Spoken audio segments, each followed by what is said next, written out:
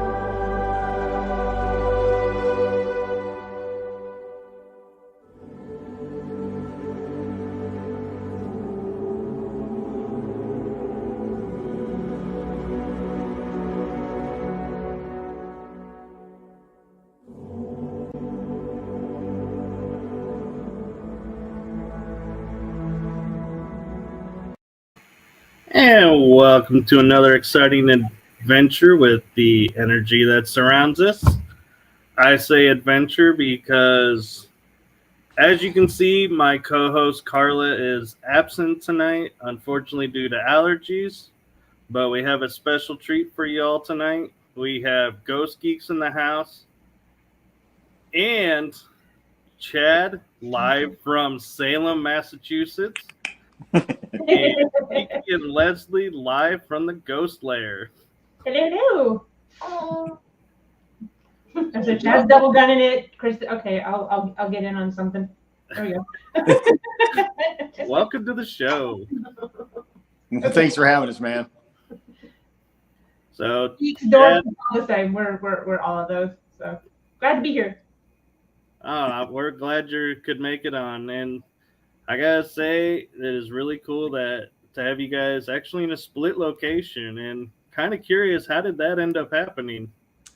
Well, my niece is graduating high school this year, and so she wanted to kind of go on a ghost trip for her spring break, as you know, her senior trip. And so she asked if I would help put some of that together and some stuff to do. And she's like, I really want to go to the Conjuring House. So we've actually been in Salem since Monday, and tomorrow we actually leave Salem to actually we're going to stop at the Lizzie Borden house, excuse me. Brain's getting tired. Lizzie Borden house, and we're doing a tour of the Lizzie Borden house for a couple of hours, and then we're going from there over into Rhode Island to go do a complete overnight of the Conjuring House. And so that's why we're here. So having some fun. That's why he's there. Yeah. Wow. That is one senior trip that, man, I wish I could have had. Mm-hmm. Yeah. We were supposed to go to Maine today, up to Bangor, Maine, to go see Stephen King's house and do some stuff up there. But about 11 o'clock this morning, blizzard conditions set in here. So we've kind of been shut-ins for the most part. From about noon to 8 o'clock, it's been complete whiteout here in Salem. So it just finally stopped snowing. And I might, when this is over, I'm going to probably run out and do some stuff in some of these really old cemeteries. Yeah, That'll be pretty. It just should be so pretty. you guys know, when we were backstage, he said that, and we all were like, just don't become a permanent member there. No, thank you. Don't get frozen. No. Do be careful with the ice. Yeah. Wear a helmet. Yeah. Oh, So- Well, so the snow up there, it's not necessarily ice, is it? Or I guess because it rained before. well, yeah, the temperature is just barely hovering above freezing. So it's kind of like walking around in slushy right now. It literally is like having a Slurpee at your ankles. So It's not like Texas ice. Got it. Okay. yeah. So did you pack accordingly to this, or was this a total surprise? No, I'm a Boy Scout. We were always prepared. That and the weather app helped a lot. We Yeah. we knew that it was coming, so Yeah, we planned for the worst and hoped for the best. And it actually didn't turn out as bad as they were thinking. They were thinking 17 inches of snow, and I think we probably had 4. So we got our first question in the chat group. Johnny says, cool, what's the topic tonight? Well, Johnny, I happily able to tell you everything Ghost Geek. Welcome to nerddom. Oh, goodness. Hi, all the people tapping in the chats. Y'all are going so fast. It's like, oh my gosh. See Lone Star Paranormal. That's Kellen. Helen. So Kellen in the house. Oh man, I hope your family's okay, Kellen. And I'm sure they're used to the weather a lot more than we are down here. So Yeah, right. Kellen's family's originally from New Hampshire, so they're getting really hit hard right now. Yeah, New Hampshire was, dude, we got 20 minutes outside of town today, and we're like, nope, we're done. Turn around, go back. There was no way we're making it through. Yeah. Ooh. Here's a good one from Anthony. I see that. Yeah. So for those of you that don't know, we actually just started a new mini series on our YouTube channel. The first episode dropped last Friday, and the next episode is dropping this Friday. And the first one was at the Donkey Lady Bridge down in San Antonio. And that place, that was weird. It's so like I didn't get much from the bridge itself, but I went past the bridge where they've closed off the old road. And that's where things got creepy. Like I saw something run across the road, and I couldn't identify it because I caught it like out of the corner of my eye about halfway to the road as it ran from one side to the other. And then I get down there and there's a trail, and I'm like, okay, it had to have been like a pig or something, because it was, 2 or 3 feet off the ground and just this big black mass. Well, a pig running fast is exactly what it's going to look like, but it made zero sound. Zero. So I got a little freaked out about that. So I was like, you know what? Let's just be safe and kind of head back to the bridge. But as I started doing investigating on that bridge, it got a little eerie. And then I called Leslie when I was reviewing the footage. I was like, you have to hear this. I knew I heard it, and I was just like, please let this be caught on the audio. So and it sure was. But we captured a lady crying. You could hear her cry. It was creepy. I was like, was it a bird? Like what could that have been? And what? Yeah, it was like could have been what 2 could have trees made rubbing that on each other. And it's like, no, that's female voice tone. Yeah. It was literally a female voice going like sobbing. It was really interesting. And so Anthony says we've been there 6 times, but we go into the forest. We've experienced everything you did, but seen portals in the forest. Oh, it was weird, man. I kept feeling like shadows were moving all in those woods. And And I'm in the woods a lot, you know, it's growing up as a kid, as a hunter and all that kind of stuff. So the woods don't scare me in the least bit, but there was something going on there that day. It kind of looked like, you know, like all the trees, the shadows were shifting, and it was so weird. It was a weird visual phenomenon. So definitely go out there, check it out. If you're in San Antonio, it's south end of San Antonio. Heck yeah, you're going to love it out there. It was fun. I can't wait to take everybody else back too. Leslie got stuck in a medical conference. Sorry, babe. No, well, that's why we were in San Antonio. That's why we were in San Antonio. So she's doing medical stuff, and I'm having fun. That's the way it should be. Yeah. Yep. Yeah. We made a weekend out of it. So before I get to my questions, Jeff has one here. This is an easy one to answer. Yeah, this question, that's an easy one. The scariest encounter I've had to date. Oh, wait, you know what, ladies? Y'all talk. I was like, all three of us probably have different answers for this one. I don't know. We were all there for one of them. So we'll start with you, Kiki. What's your scariest encounter you've had to date? Pass. Pass? No. I'm not ready. Go, babe. Go, the hello at the Lavaca County Jail. Oh. Yeah, y'all called me real fast when that happened. Like, yeah, get your butt in here. that was kind of creepy. Yeah, it was bizarre. That one wasn't my scariest, but I was there for it. We were at the old Lavaca County Jail, and it was the two of us and my niece, her daughter, Reagan, and we were doing it wasn't even a spirit box, actually. We were just doing EVPs. We were just sitting in the cell. Yeah, we were sitting in the cell, just getting started, about to do an EVP session. And very audibly, caught on camera, we heard it out loud, this very deep voice just going, hello. And I mean, we are completely alone, shut in this concrete building, one entrance, one exit. The windows are all very, very high up, kind of like if you go to a public restroom at a park, all the windows are those ones that are really high up, and they just kind of like flip open a little bit. Right. And so there was nobody around. As soon as we heard it, and our building is completely separate from the building Chad's in, and he's in the other building working on a camera that was giving us some trouble. And so, like, we have, which was great because they thought it was me, and I'm like, watch, I'm on camera. I'm right here. You can see me. Thought it was just messing with us, but no, he was on camera, you know, working on the one camera. His face is like right in it. Yeah. So, well, he called him right away. In there, I'm just trying to clarify. So Chad's in the main building. Mm-hmm. Yep. You guys were the ones to the left.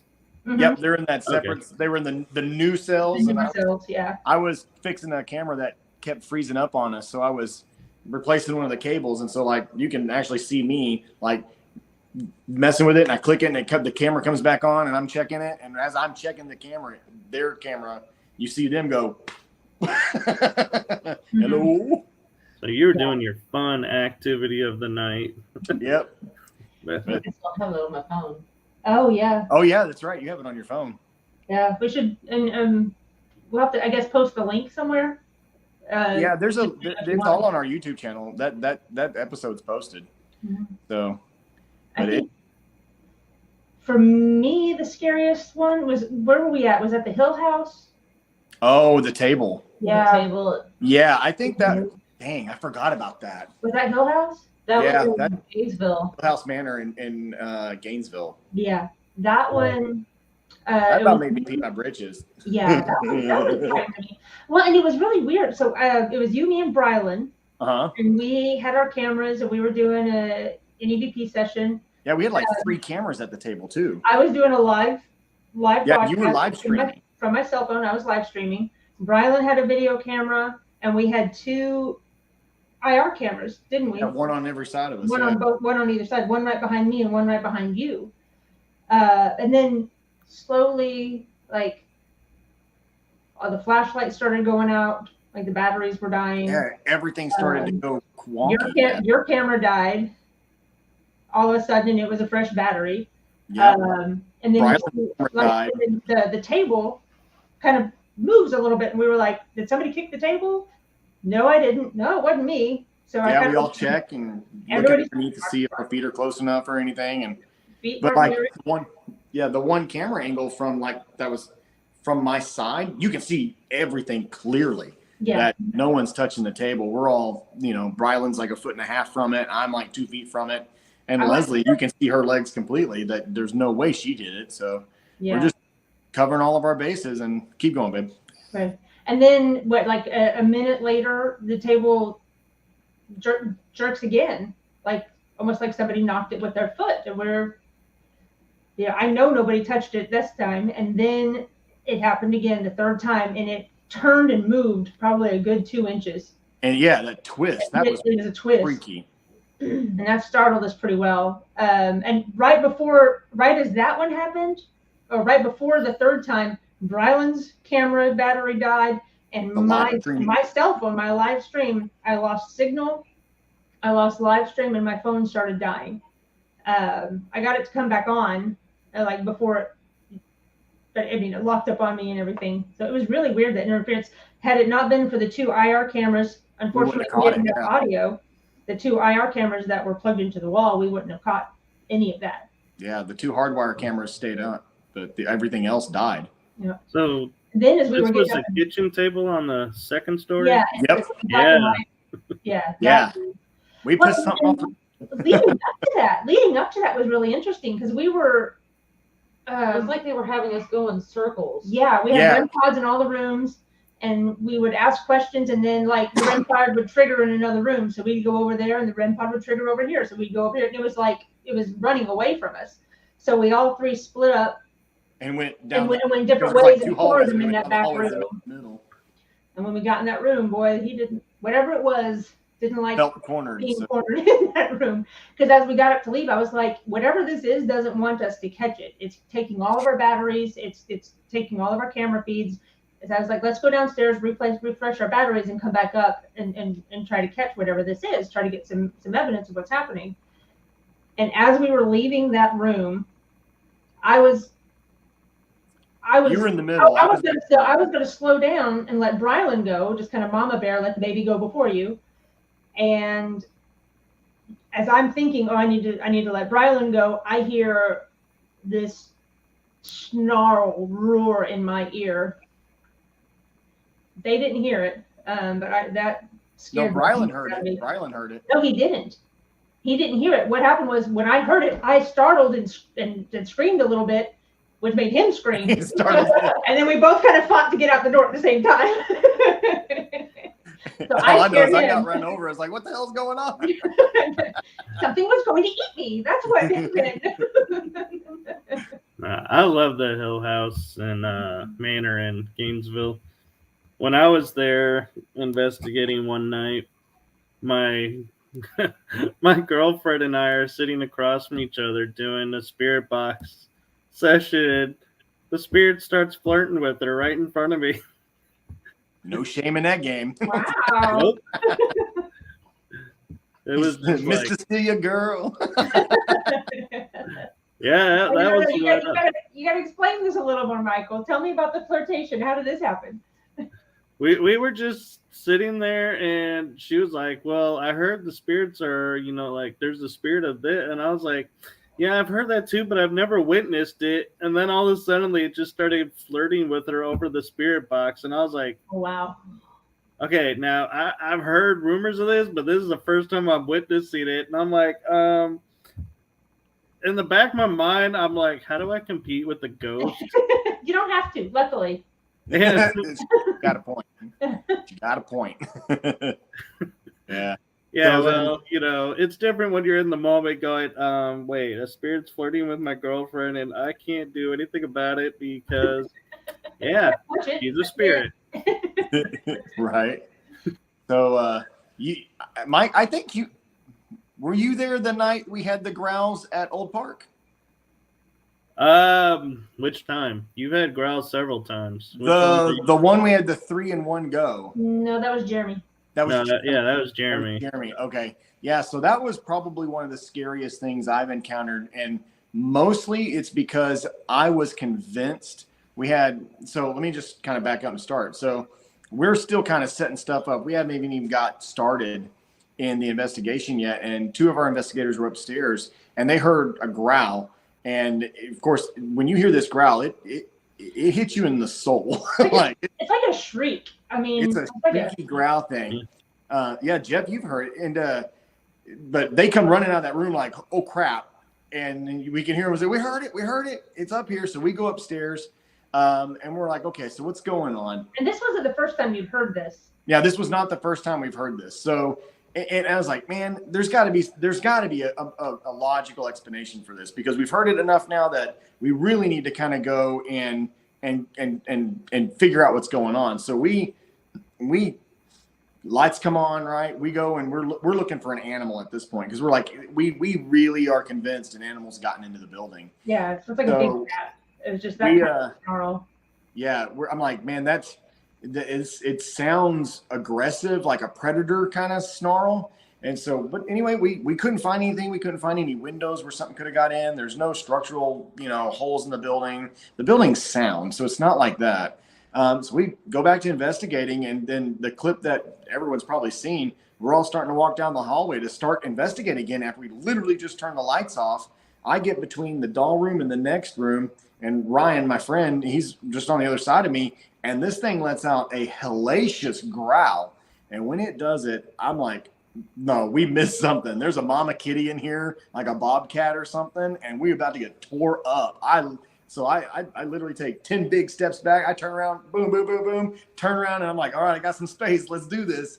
And so what's funny is that on camera, all you see, because of the angle of the camera, you it looks like I just turn tail and run. I only ran back like you don't see when he stops and turns back around. I didn't want to be between two doors. I didn't have my back to something, because I at this point I really thought I did not think this was paranormal at that point. I thought we were about to have a 75-pound cat come at my ass. So I was like, oh, let's give ourselves a little space in case we got to do some swinging. So, but that happened again, and we immediately turned the lights back on, and we're like, find it, let's go. So we went through every room, every nook and cranny. I mean, and this is stuff you don't see on the video because it's not glamorous to watch. You don't want to watch people just like poking their head under everything. But we spent an hour and a half trying to find some explanation for that growl. And then again, we turn off those lights. We go back down. We're in the middle of the hallway. And bam, other end of the hallway this time, we get a growl that came at it. And that one's on camera too. You see us all turn around like, oh, how did it get to the other side of us? Because we've all been in this hallway this entire time.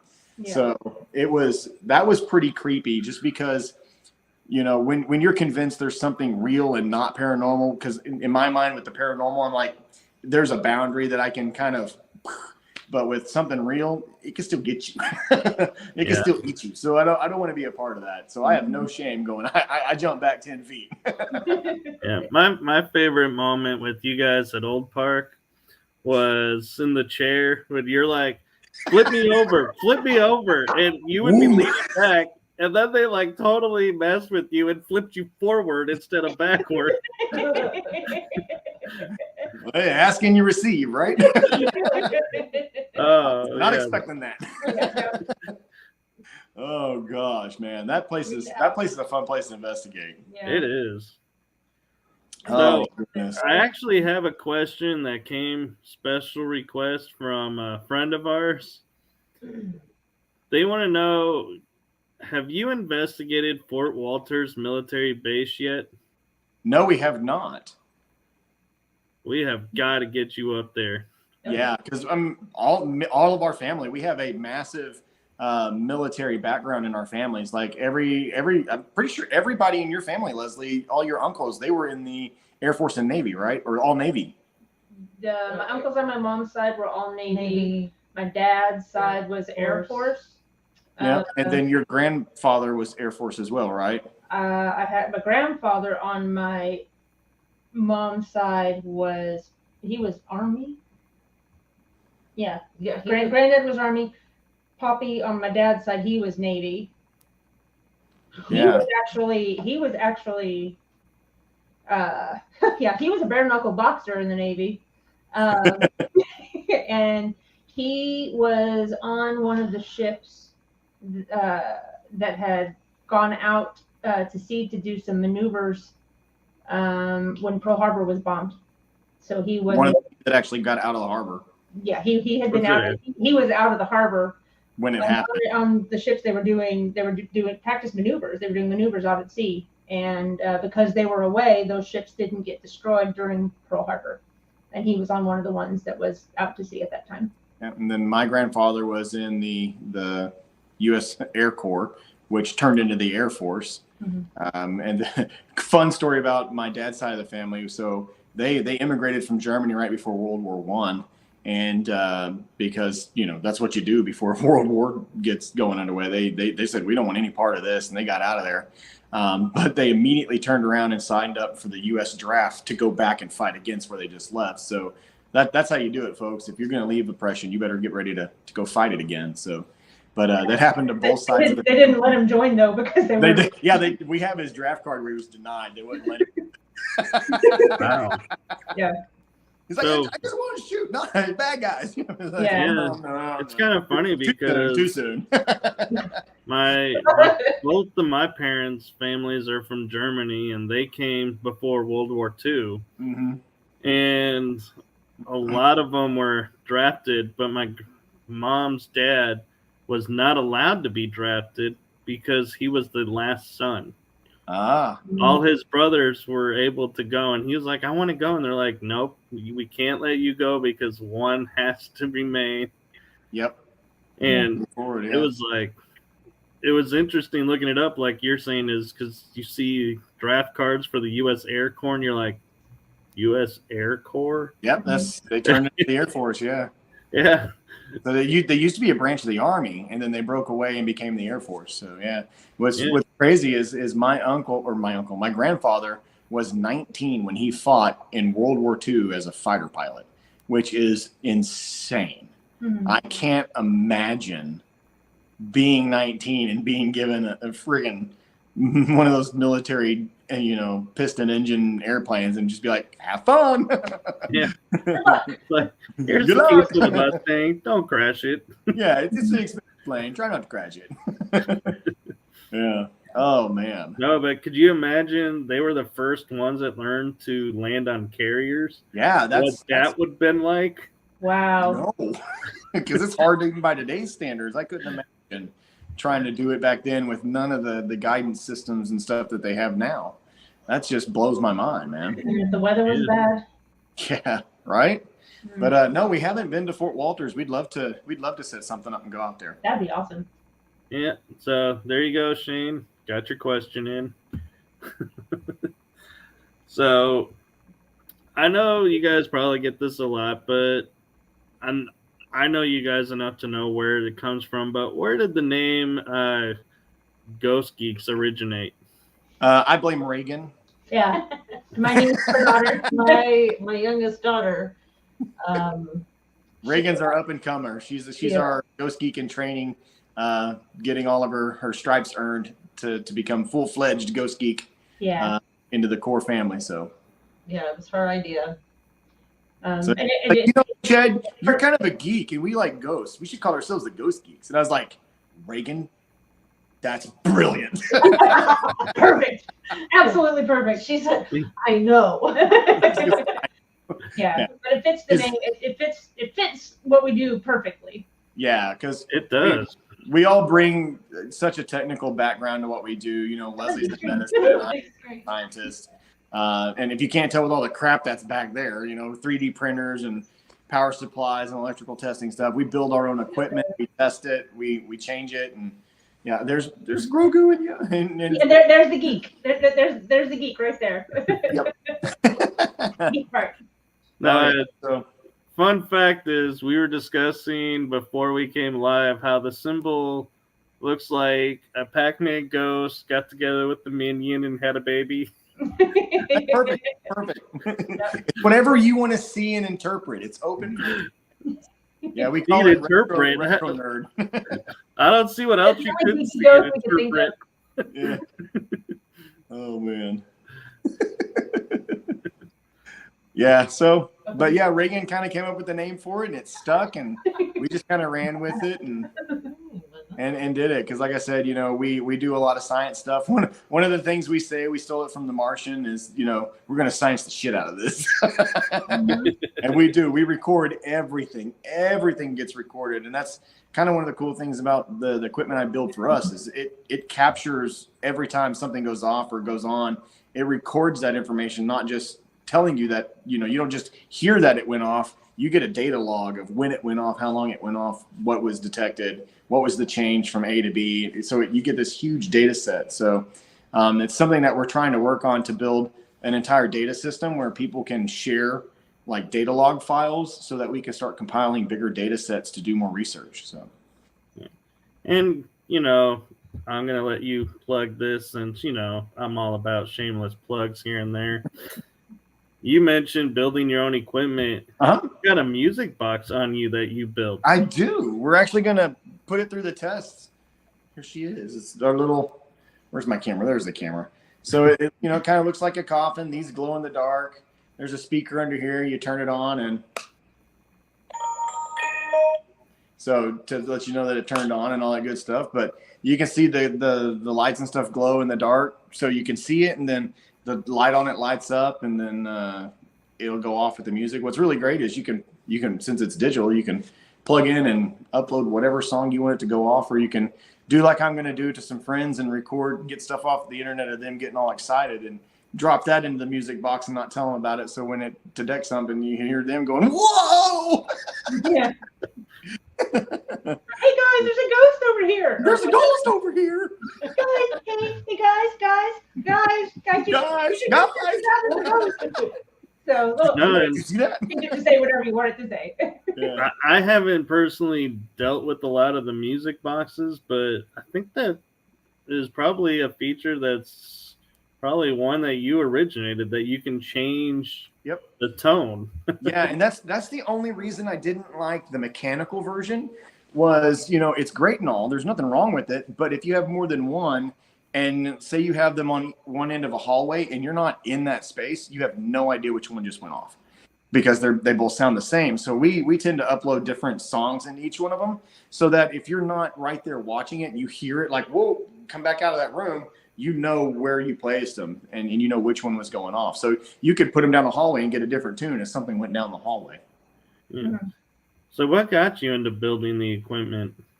A lot of it was control, and not in a bad way. I wanted to make sure that sensors were shielded. I wanted to make sure that I could prevent interference.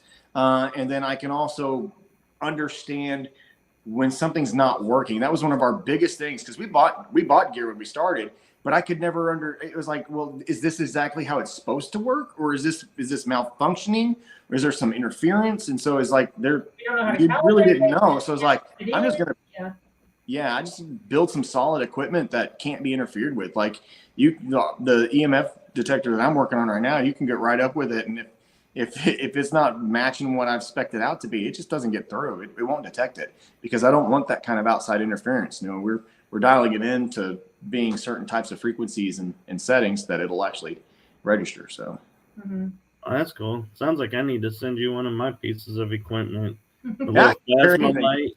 I went to Yorktown with it, and it never worked after that. Yes, whenever I see you again, just hand it off to me, and I'll fix it for you. Cool. That's easy enough. I can fix circuit boards all day long. Hey, Steven, welcome.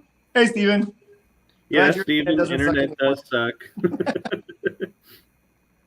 Oh, goodness. No, so I'm kind of curious, not to shift focus or anything, but what's going on in the ghost lair while you're off on your adventure? I went to work. Hey, I worked too. I logged in some server queries and then logged off and never opened my laptop again. Yeah, okay. You look good. Good job. Yeah. I put in a hard, long hour and 20 minutes today. No, I'm a nurse, so I work in a hospital in Fort Worth. So that's what I got to do today, and yesterday, and the rest of the week, Monday through Friday, like normal folk. But and Kristen's a hairdresser and stylist, and so she had some clients today. And then the kids are on spring break. But when I say kids, my kids are 21 and 14, almost 15. And they're recluses, I guess. Introverts. Hermits. Yeah. Hermits is a good term. Anyway, Well, they grew up in a geek house. What do you expect? They Yeah. The technology's too good, and the internet's too fast, and I can't ever get them out of the room. And my son's best friends, they've been friends since he was like 16 or so, but it's the same group of guys that have been playing video games and for 5 years now, but they're all in Europe. And there's one that's he's in the Air Force now down in South Texas, but the other ones are in Europe, and they've been best friends, since he was like 16. And my daughter, even all of her school friends, like they don't go and do sleepovers anymore. They just chat online. Yeah, they have virtual sleepovers, Dad. Yeah. I blame FaceTime for that. Yeah. Discord. So, oh goodness. So Leslie, not to put you on the spot anymore, but I'm gonna ask, what brought you out of videographer, photographer, professional status to becoming a nurse? Well,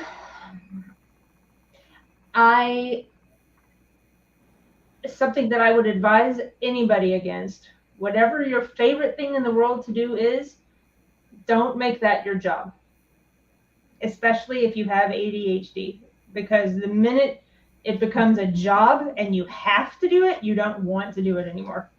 That's actually sound advice. Yeah. Your second favorite thing and do that for a living, and keep your favorite thing as your hobby.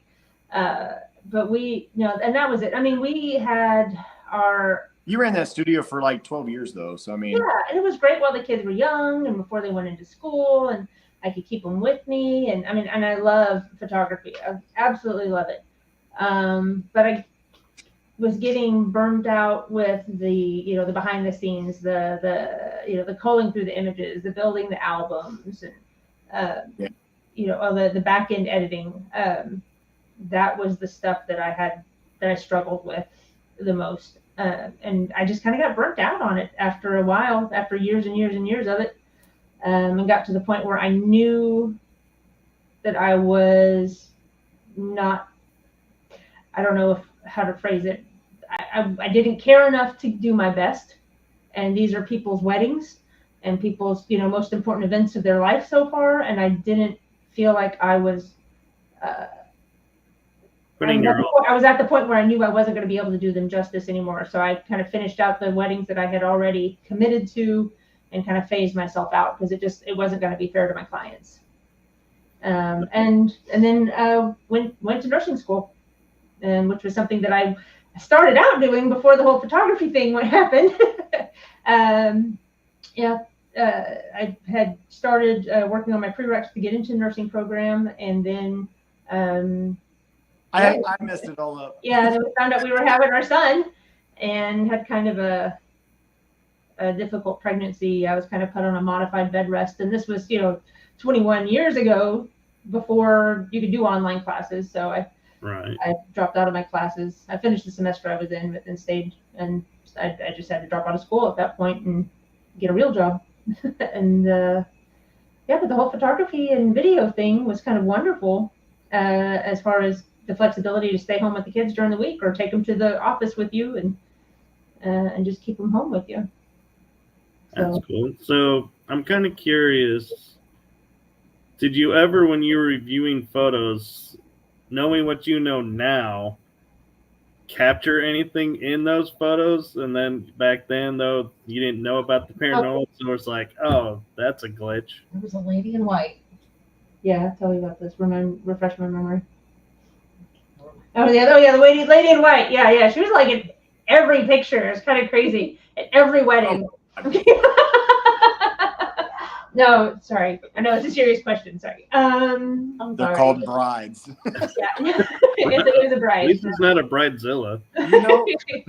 I think there was a client of ours that contacted us once and asked who this person was that was wandering around in their photos before at an art. What was that couple's name?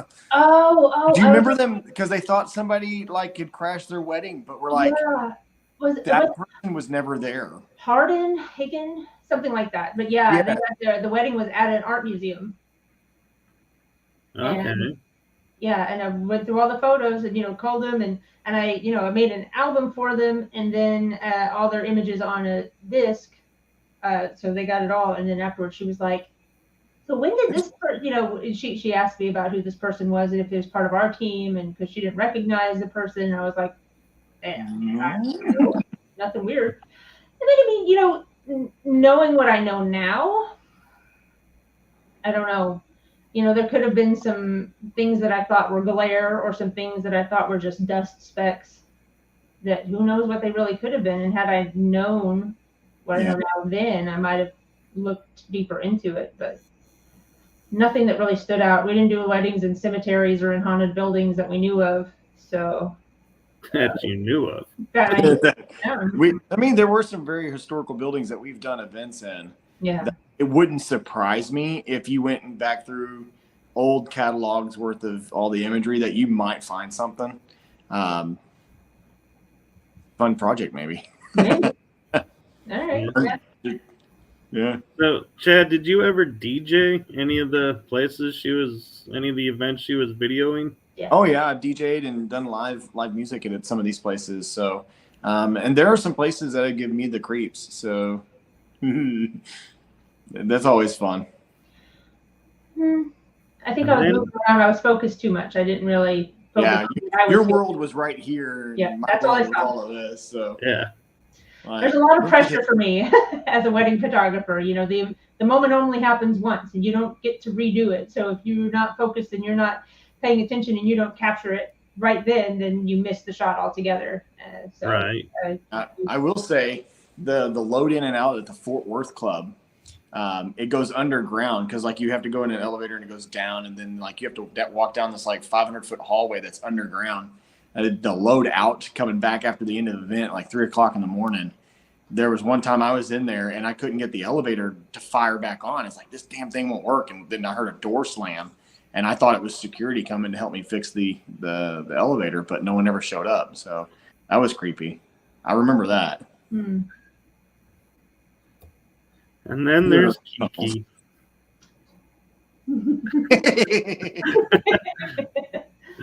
So Kiki, and according to the bio, you're the one that likes the debunking and researches the science and everything. Yeah, she does. She does a lot of the. Let's bring it back down to earth for a minute. Before you get all crazy making it your way. Yeah, let's go back to my way. It's just calm your pants down. And you know what? I absolutely love it when Kiki hits the brakes on us and it's everybody just calm down. And Chad, I need you to count to 3 and give me 2 big breaths, man. Come on. Why don't you go outside and take a walk? Yes, ma'am. She pulls the mama rank. Yeah, Mama Kiki. Yeah. Sorry. Okay. I'm not sorry. It's perfect. It's balance. That's what it is. No, I enjoy it when I'm around. Yeah, you've seen her do it. Oh yeah, she's done it to me. Yeah, just breathe. Michael, shut up and just stop. Yeah, just stop. When she does it to you, she'll go shh, and then you keep talking, and she'll just put her finger on your lips and go shh. Yep. She does. Yes, ma'am. Okay. No, so what got you started in that? Me? Yeah, you. With shushing people? With your part of the team dynamic, the researching and the debunking and all that. I think it was during COVID. It was my youngest daughter Reagan's birthday, and couldn't have a birthday party for her because nobody was going to come. It was COVID. Oh, don't leave your house. So we did see something on for an overnight paranormal investigation, and we ended up going to Miss Molly's in the Stockyards. That's in Fort Worth. It's in Fort Worth, and I asked her, I was like, "Hey, what do you think about doing an overnight paranormal investigation?" She said, "Yeah, all right, yeah, let's do it." So bought tickets and we went, and we'd never done that before, and it felt very weird. And people were loud and saying, "Oh, well, they're having an experience and they're possessed." And Reagan and I are just like, "I don't know what's happening. Let's just go to bed." So we just went to bed, and we laid there like this the whole night, like, "What's happening? Why are people screaming?" That's how it started. And she was like, the next morning, she said, "That was fun. We should kind of do this for a living.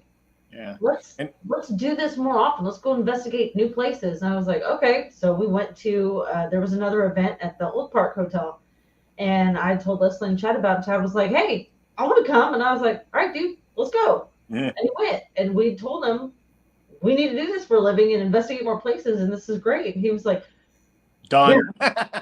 "Done. We're doing it," and we did. So I remember when I said, "Hey, Kiki, I just formed an LLC. You ready for this?" And she's like, "Wait, we're really gonna do this?" And I'm like, I remember. "Hell yeah." Here. Okay. So Wow. those three were the original founders of the Ghost Geeks. I drug her into it because she goes, "You know, you're gone a lot." And I was like, "Well, you know, you could go a lot too." Yeah. It was like, well, why don't you want to do this? You just, you don't believe in ghosts. I was like, no, I don't go because I do believe in ghosts. And it kind of creeped me out. So I just don't really want to expose myself to that. Yeah. Hey, babe, why don't you show them how you watched The Conjuring with me the other day? On my phone, like this. I glance up every now and again just to kind of follow along, but then I don't watch scary movies. Now I will go to a Halloween haunted house. I love those, right? But I cannot watch a scary movie. I don't know what's wrong with me. Whereas I can watch a scary movie and have no problems, but I can't go into a haunted house. Yeah, I like the popcorn. I'm like, yeah, this is great. Just give me more popcorn. Yeah. So now we watch scary movies begrudgingly on my part, and we go to the Halloween haunted houses, and we go to the real haunted locations too. So, wait a minute, you guys go to haunted houses for Halloween, but you haven't gone to Texas Scaregrounds at Fort Walters? No, we went there. We went there for the Halloween thing, but we haven't investigated there. Yeah. We went to the haunted house because we saw you, but we didn't actually go investigate. Oh, okay. Yeah. Yeah, I remembered you guys being there once, but then I was like, wait, were they there? Yeah, had you said that you've been to Texas Fairgrounds, then I'd have been like, oh yeah, I've totally been there. But Fort Walters was not a name that I recognized. Apologize. Yeah, you didn't go with us when we went there. Okay. You were working. You got called in. Oh, no, haven't we been to Texas Fairgrounds before? No. Well, they were at the Nazareth and they were in Kennendale before. Wait, were they the one? Okay, wait a minute. So Shauna Lee Anderson runs it. Because we live in Kennedale. That's why I was like, wait a minute. Okay, they were in Kennedale. Yeah. Yeah. Okay, I might know where they were. The one in the warehouse space right across 287 from us. I think that was them. That might have been them. So Kellen wrote in, says, "I don't like scary movies, but love being in haunted places alone.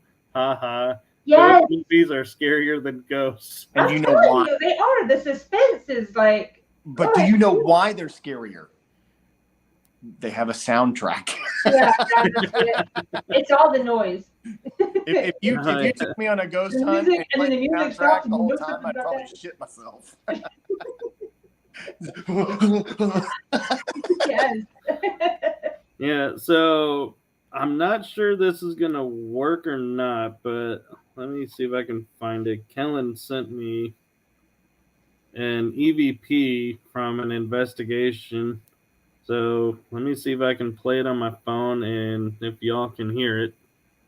Was this one we did with Kellen? This is Fort Walters. Oh, okay. Did you hear it? I think that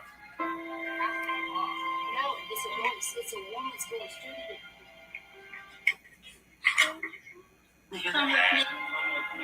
Who is your commanding officer? Here we go, baby.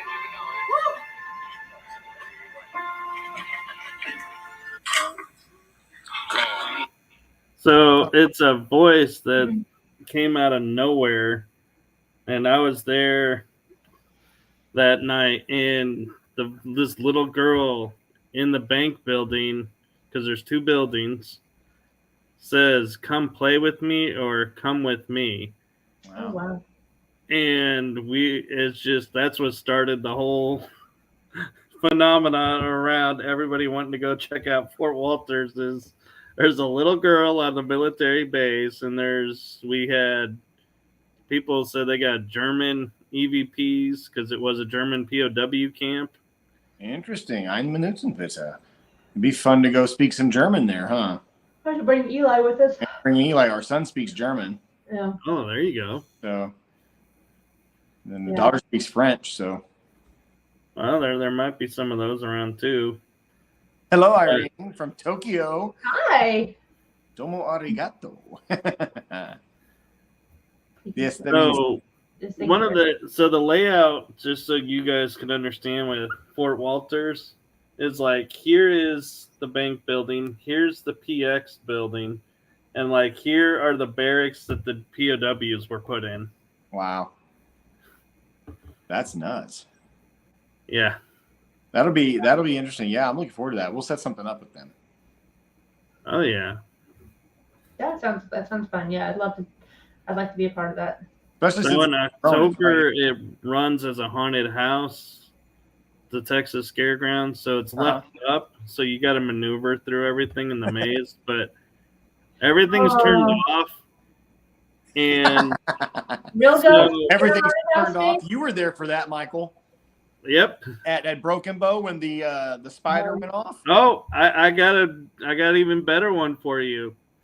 I was just there with Stephen Woodard and Catherine in January doing our investigation because they won the investigation from the Christmas show. And an animatronic spider was going off. Now, so everybody's like, whoop-de-doo, an animatronic spider. But do you remember when it went off on us, what we did? Oh, yeah. Well, first of all, the power cable on it was cut, so there wasn't even a plug to plug in the wall. And then we unscrewed the battery based on it to check to see if the dang thing had batteries, and there were no batteries in the damn thing. And the pressure plate was not hooked up either. Yeah, none of it was hooked up. None of it should not have worked at all. There is zero. I cannot come up with. There's no power to it whatsoever. Yeah, there was zero power to it, zero power source. There wasn't old batteries in it that were rusting and might have gave it a charge. There was nothing. This thing should have been deader than a doornail. I mean, and that thing went off. And not only did it go off, but it like went off at one point. Like it went off, and then it went off again. Like right and after it went off in the response to what we did. Your ma chant, yeah. Yeah, we did a ma chant, and as soon as we finished that ma chant, boom, that thing went off. Yeah, and then what was even more interesting was later that night, we were in the room right next to the spider in the, what at the time was the doll room. Yeah. And remember what happened with the lights? We called it the EMF bomb because like the lights just went boom, and it like the whole thing flashed, those emergency lights flashed, and you just felt static rush through the whole building. That was crazy. And that's on video, by the way. And I even got on video where you were talking through the lights. And it would answer 1 flash for yes, 2 for no. Boom, boom. That was EMF. That's why it breaks my heart knowing that place is about to go away. I know. That was sad news. We have one more investigation there, and actually in 2 weeks. Not this coming weekend, but the next weekend. So we'll be there for our very last time. Here's hoping it's not snowing. I think it snowed both times I've been there. Yeah, 2 of the 3 investigations that we've been there, it snowed on you. Actually, I was there for those 2. There was one that you guys were on, and it snowed so bad that I was the late one arriving, and I had to turn back because the roads were like black eyes, dark, Yep. and I was like, Yeah. nope, I'm gonna go back where I know what's going on. Yeah. Because it's Sean, just the trooper, he kept on coming, man. He Yeah. made it through. John's crazy. yeah. We love Sean. We do. But yeah, so the funny thing about this though was the spider at the PX, Mhm. it went off twice. And I stepped on the pressure pad and I felt the pad, and of course it jumped and everything. But then I would stand there and I would step on it every way I could, walking by it every way I could, never went off. Huh. I could never duplicate back to back it going off. It was like it went off, and then it was like an hour later it went off, That's nuts, man. and that's it. There was no, like, you could say, well, that's on the timer, but it only went off twice. Yeah. So nobody's going to set a timer that's, 2 times a night. Yeah. That's Thank you for coming. Yeah, no. Exactly. Exactly. Oh, you guys got some fans in the chat group Hi, coming in. Bob. Captain Aviation. That's Aviation. Ryan. Hey, Ryan. Oh, Ryan was there for the first Ryan was there trial. for the screams. Yeah, he was. Yeah. Jeez. I think he was there for the second one. He was there for the very first time we ever The had very first. Tell me about the first time you heard that growl. Okay, so- John. And the first The time made me shriek. think something totally different until it started happening again. Because the first time we heard the screams, Old Park has never had anything that was even remotely rough. Like, it didn't really have anything mean-spirited until this stuff started occurring. So I don't know if there's some transient spirits that are coming across from the jail or something. But every now and then you get a roughhouser in there that does it. But the original growl that we heard happened, I guess it's coming up on 2 years now, 2 years ago.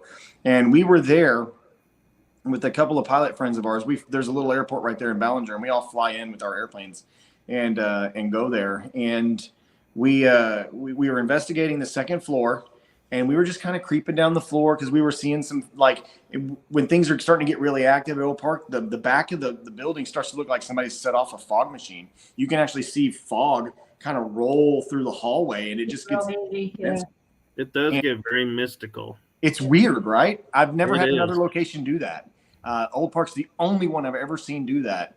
But we were sitting there and we were watching it. And we started taking pictures, and we were getting faces, one after another, faces down the hallway. 2 people, 3 people, 1 person, 2 people, 4 people. And it was really weird because it was like they were coming and going through a portal or something. Mhm. And we started asking some questions, and all of a sudden you felt the whole house go still, almost like the earth stopped moving. Even it was so still, and all that sound like black hole explosion, like it goes, and it was just this void of nothingness for a split second. And then all of a sudden we hear this scream, and this scream got louder and louder until the point we actually had to put our hands over our ears because we're like, what the hell's going on? Like, part of me's thinking, is a semi truck about to come blast into the back of this hotel? And this is his brakes squeaking up and squeaking down. But man, it scared the bejesus out of us. And it turns out that night was the night the previous owner of the hotel passed away. So our initial theory was this was a one-off thing. The hotel and all the spirits in the hotel collectively mourned at the same time when this person who was a really long-term caretaker of the hotel passed away. Right. Mhm. So Kellen was But saying, then the shriek has happened again. Yeah, we're not the only group that's caught it now. So, which is good.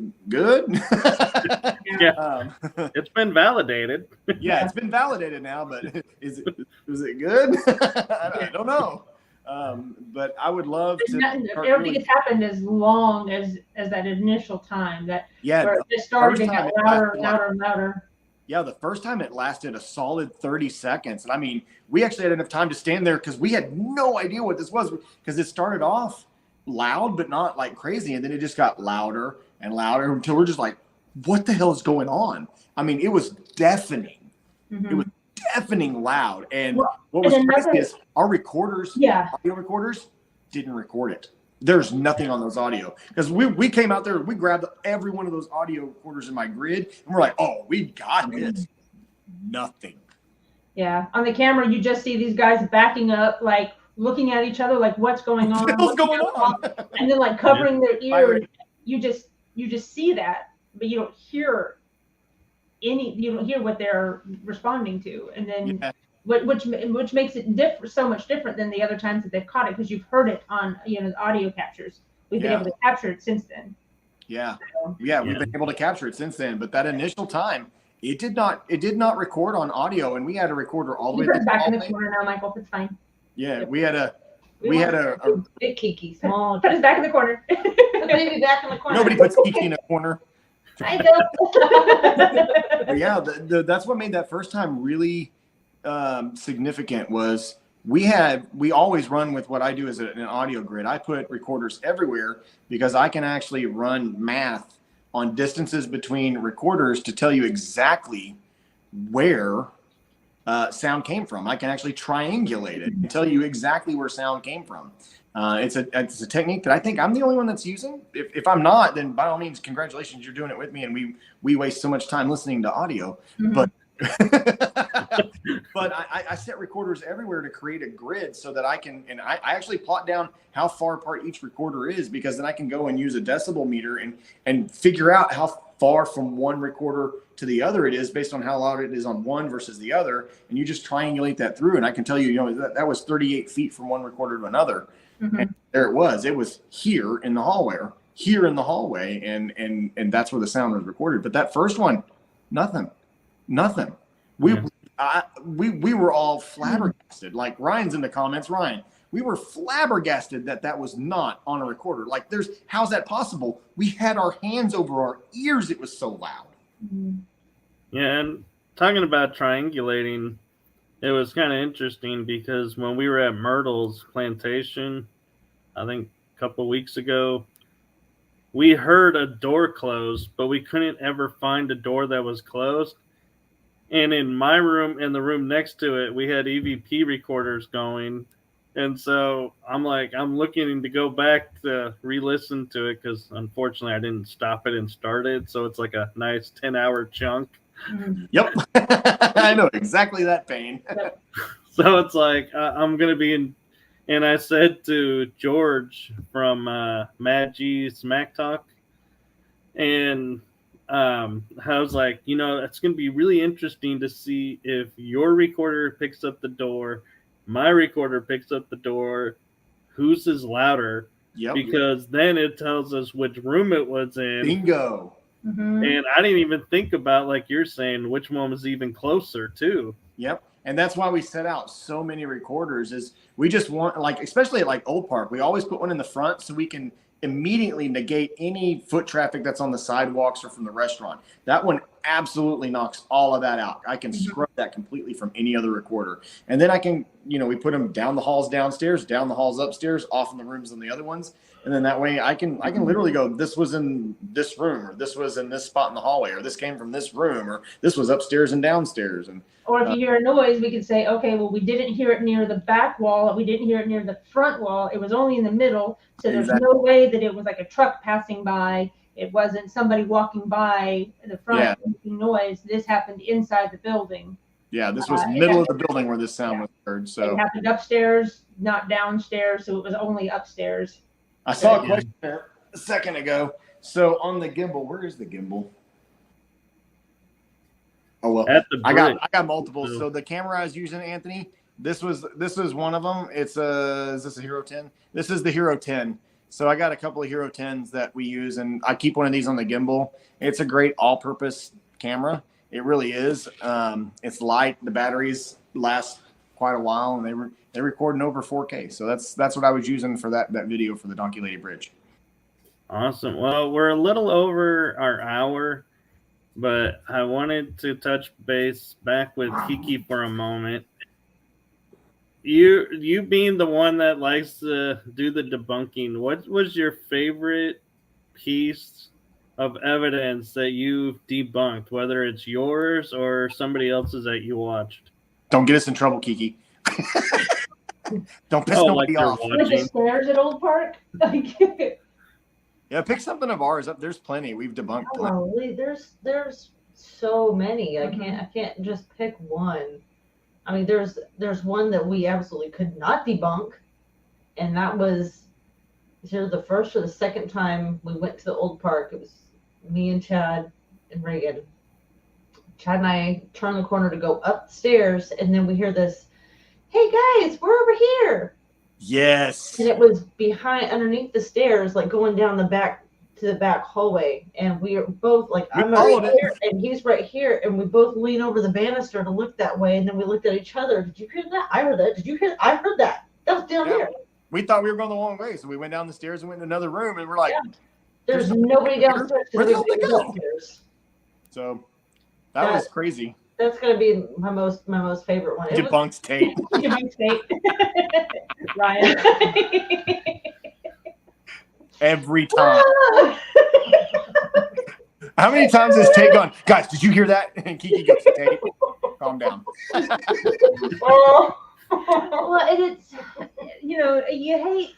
Tate's a good friend of ours. He comes on an investigation. You hate, we love it when people are really excited. Ooh. And we hate, pulling the rug out from under their feet or trying to, diffuse their excitement.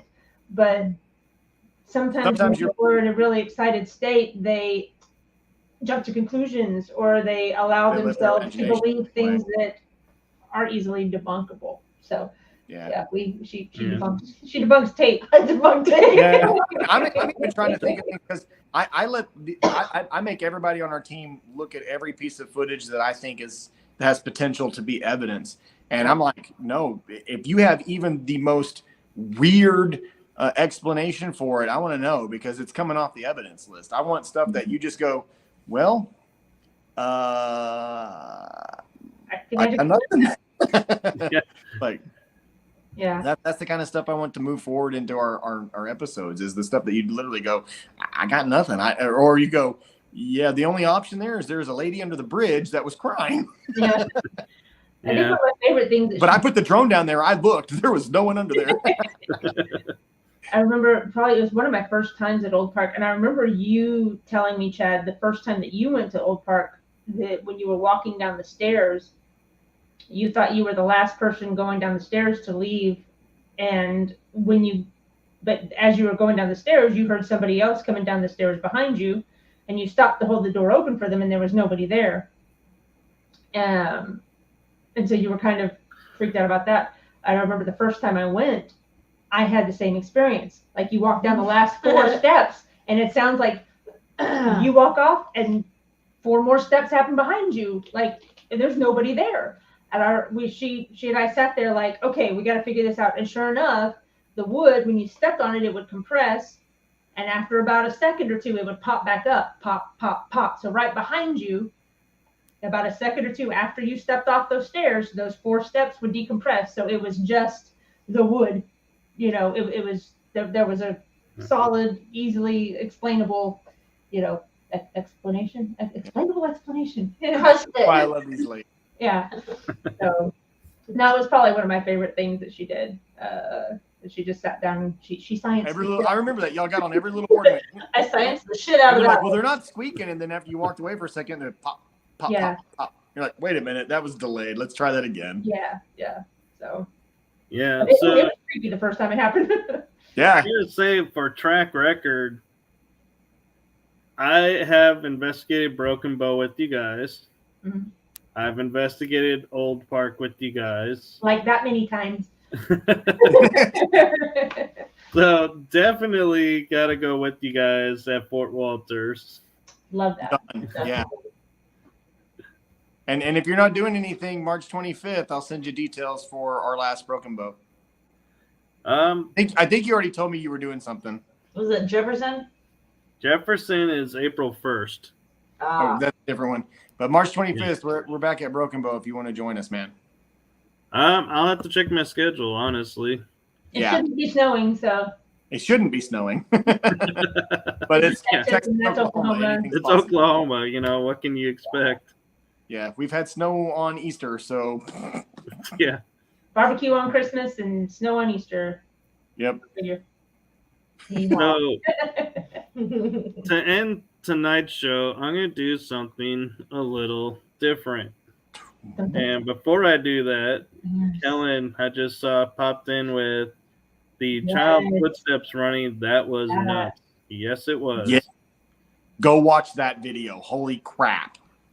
Yeah. What did we title that video? I think you The kids, the children running up and down the hall. running up and down the hall. Yeah. Yeah.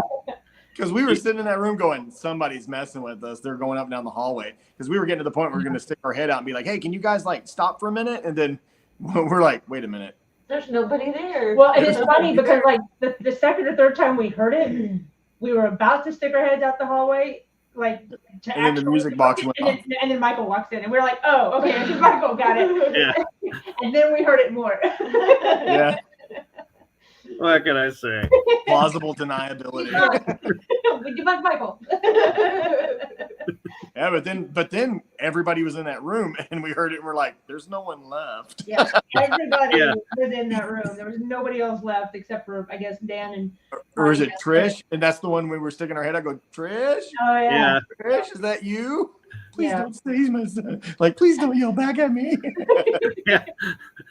Yeah, that one was a trip, and it was funny too because She got me a couple times that night. Yes. yeah, She's so quiet. And then she'd like hover in the dark and be like, do you see that shadow? And she'd be like, it's just me. Yeah, she got me in the back room, man. Yes. You were there. Like, I kind of walked around the corner and there's that little hall, like that bathroom that splits the two rooms. And I walked around and I didn't see her because she's like right in the shadow. And as I kind of And she's stepped like into this it, I tall. bumped into her and I went, oh, you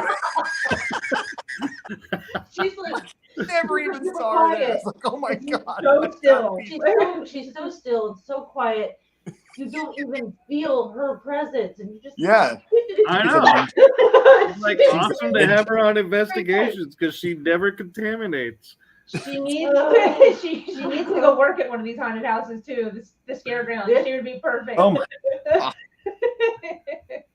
She would be perfect. Like, Oh, she doesn't make any footstep sounds either. Like, she walks on air. I don't get it. She's a I hobbit. know, and the other thing that night, Chad, remember when I was at the corner door frame and I'm like, something's matrixing in the hallway, and you're like, yeah, and I'm like, let me see if I get it on my IR camera. You're like, nope, that's not gonna show up on the IR, and it didn't.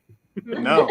Yeah, I mean, He's like, we're "That's not gonna looking show right up." at it, and it was like, it's not showing up on IR, so it's some other kind of light spectrum that we're seeing that's a visible light source, but it was not on IR at all, but we were staring it down, man. Mhm. I know, and then it's like, I gotta admit, I was like a little frustrated with the ladies because all of a sudden the flashlights went right on it, and I was like, and it's gone.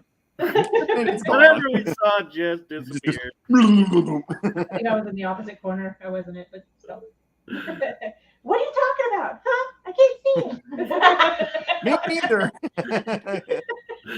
But yeah, I was like, because I was like so seeing this taking shape, and I think you were too. We're like, Yeah. Who is it? Who is it? And then the flashlight arrives, and we're like, we'll never know. And it just melted. Let's find out. No, so how about to end this show?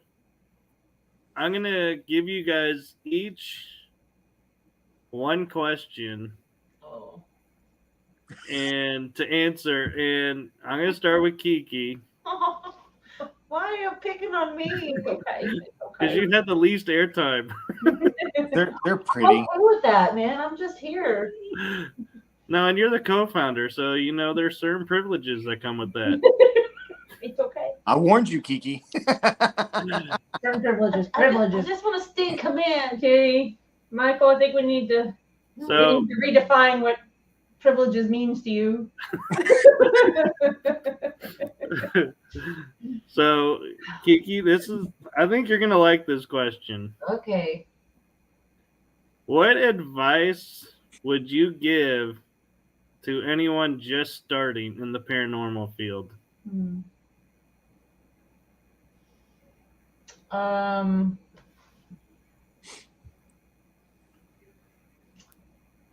Definitely be quiet and listen. Just sit and listen and see what you hear and try and shut everything else out.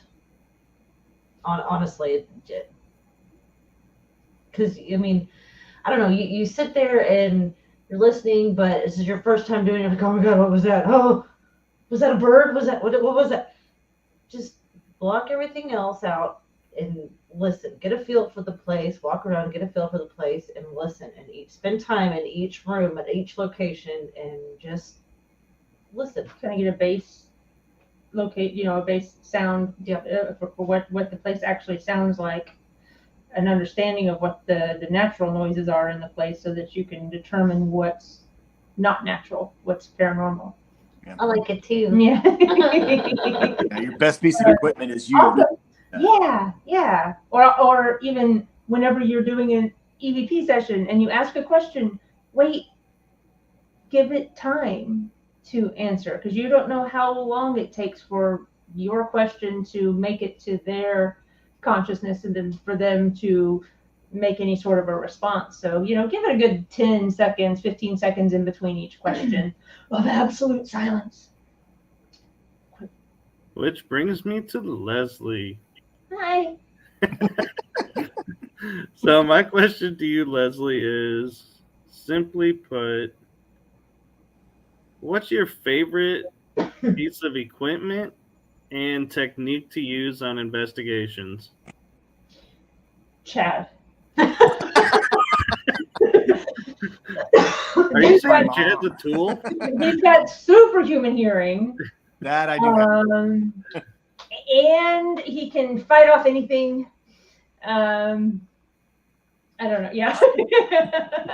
I feel safe when he's around. He's my favorite tool. Is that? No, I know. Wait, did you just call me a tool?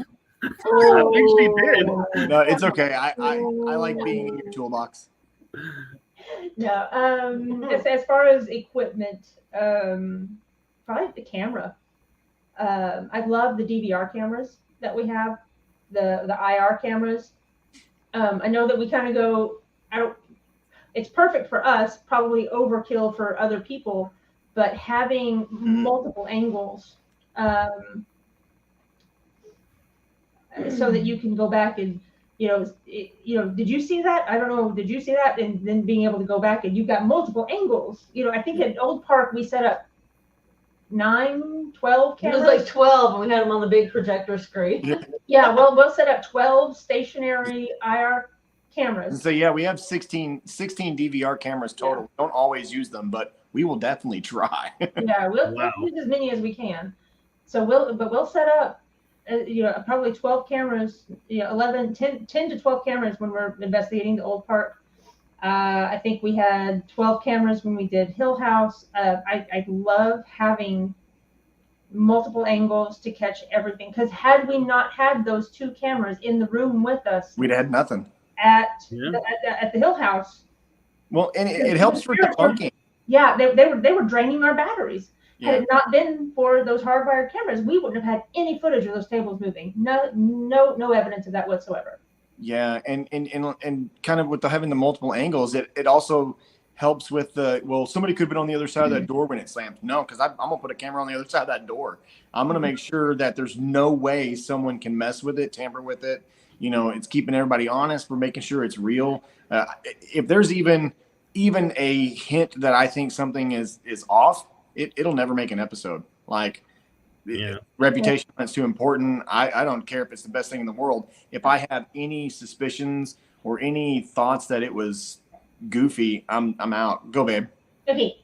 So a follow-up to that would probably be doing your own research on the location that you're going to be investigating before you get there. It's cool to hear the urban legends about the place, and to hear what other people have said, and to hear what the owners of the place are saying, is the history. But nothing beats going in and doing your own research, looking at the newspaper clippings and finding verifiable facts about the place, not just hearsay. They can say somebody died there, but this was in 1920. They had newspapers there. There would have been a record of it. Go find out. Or they're saying this house is 200 years old. Well, in this area, it doesn't seem like any buildings would have been 200 years old. you can go and find out about the building records and see when it was actually built. And that way you go into a place with realistic expectations. You're not going into this with facts. And then whenever you ask questions during your EVP sessions or your EMF sessions, you're actually asking correct questions. You're not going to be asking questions about a murder that never really happened 200 years ago when the house was only 75 years old. Right, and that if you're dressing a child, you're not going to ask him like, so what was work like? Yeah. Child doesn't work. Or even better, you could have a name. And I talk about, and it's one of the things I talk about when I try to teach people how to be a better investigator is let's learn how to be a more personal investigator, and that comes through in investigating with the facts and the information that you can find that's tangible.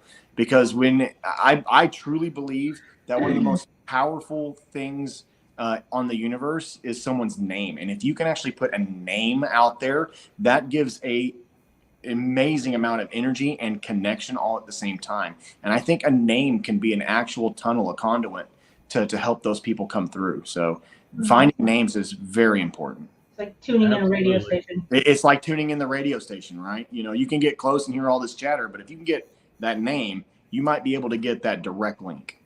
Mm-hmm. So, Chad, I don't think you know a question I'm going to ask you, because I think I'm going to throw you a curveball.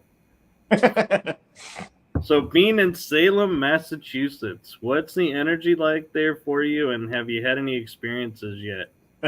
Yes. So the first part of that question, what's the energy like here? I've been to Salem before. I was here as a teenager a long time ago. I won't tell you how many decades that was, even though I'm not that old. But this is one of the only towns I've ever been to where you're like, this town is so awesome, and then you're like, and creepy.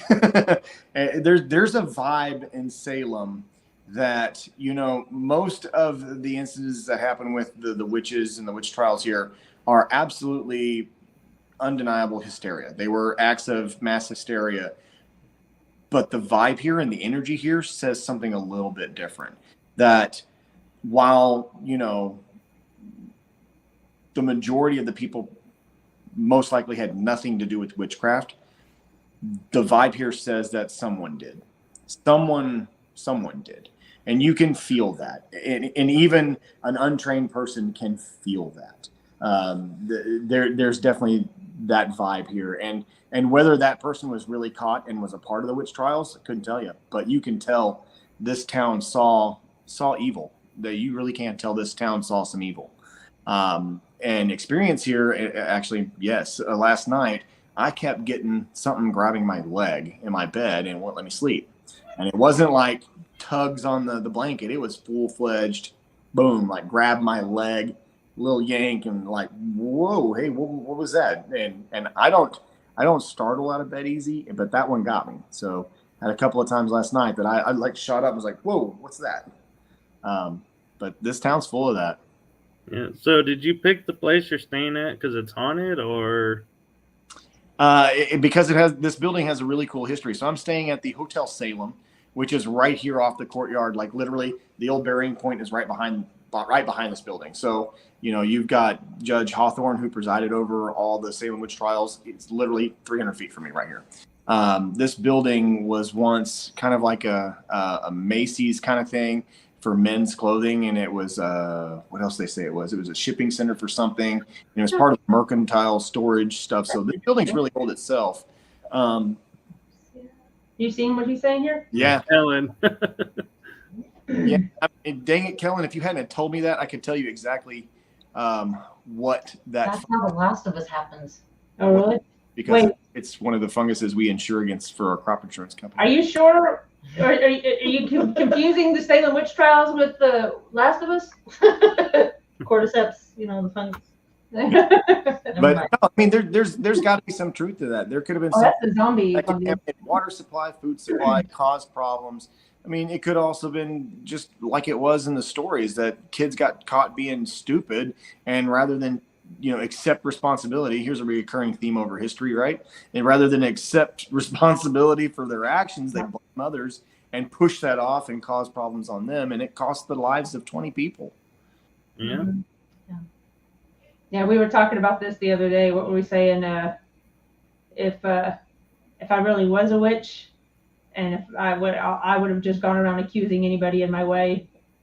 So Right? It could have been that Actually, too. I think they were finding that's what actually was happening. If like, you oh, have I competing really want that property, huh? Maybe, maybe they're a witch, and I can go ahead and get their house from them. And, yeah, but then they were like, if I was if I didn't want to be accused of witchcraft, I would have started accusing every judge, every magistrate, every authoritative figure of witchcraft. That way, anybody who even thought of accusing me of witchcraft would be too afraid to do it because they. Anyway, that I was. We were and honestly, that's kind of what it turned into. Yeah, they actually found. Go ahead, Chad. I was gonna say, because there was more than just the 20 people that were executed, that were accused. There were like 200 that were overall that were accused. So yeah. So, but to hit on your point, Leslie, there was a point where they found some documents that I believe it was the dad of one of the accusers, was about to lose his land because I think it was either failed to pay the money on it or somebody else wanted it. So the daughter started accusing a lot of the people of witchcraft that were going to get the property from her dad so he could keep the property. Yep. Interesting. So there was some of that going on of, I don't like you. You crossed me, so you're gonna get named as a witch. Yeah, and there was no way to really disprove it. I mean, it's like your options are death and good job, you're not a witch, or you don't die, and guess what, you're a witch, so we're gonna kill you. Yeah. Or the third was, we're not quite sure you're a witch or not, but to be on the safe side, we're still gonna kill you. What's behind door number 3? Death or death. So, Cake or death? Death, please. No, cake. You said death first. No, I meant cake. I meant cake. Oh, I think well. I hit this in the the promo, but where can everybody find Ghost Geeks if they want to catch All your stuff? Yeah, right here. Present. So on Facebook, we are TX Ghost Geeks because we're based out of Texas. So we are TX Ghost Geeks. On YouTube, we are just the Ghost Geeks. Always just look for the crazy logo. You'll know you find the right guys. But yeah, just at Ghost Geeks on YouTube. That gets you to YouTube. But definitely give us a follow. And if you guys want to come join us for an event, we have a couple of public events we do every year. We'll post them there. And then we do a lot of live feeds and episode drops. And like I said, we're doing a mini investigation series right now. First city that's out of the gate is San Antonio. And we got a couple of episodes that are coming from that. So that's where you can find us. Next will be Salem. So Salem. Now that the blizzard stopped, and I can try to do some filming tomorrow. there you go. So yeah, I knew there would be good coming from this. Yeah. So one last thing, surprise question for everyone. You all can answer. What is there a big event? It's like you can give a little spoiler that you guys are going to be at coming up. I'll give you 2. So April 1st, we're doing an event with the New Star event company, and they're hosting a dual investigation at Old Park and the Old Reynolds jail, which if you've never done the jail is really cool. We have so much history on the jail that we laugh about it because like the history of that jail is, and then they tried to burn it down. Like they're like they tried to burn it down again. Yeah, like, and we've experienced that. But it didn't quite burn down. But so we have 7 different times that inmates attempted to burn the jail down for an escaped attempt. It was I can just imagine the town people going, "Well, damn jail's on fire." Again. Escaping again. Here we go again. Here we go again. George, go get the hose.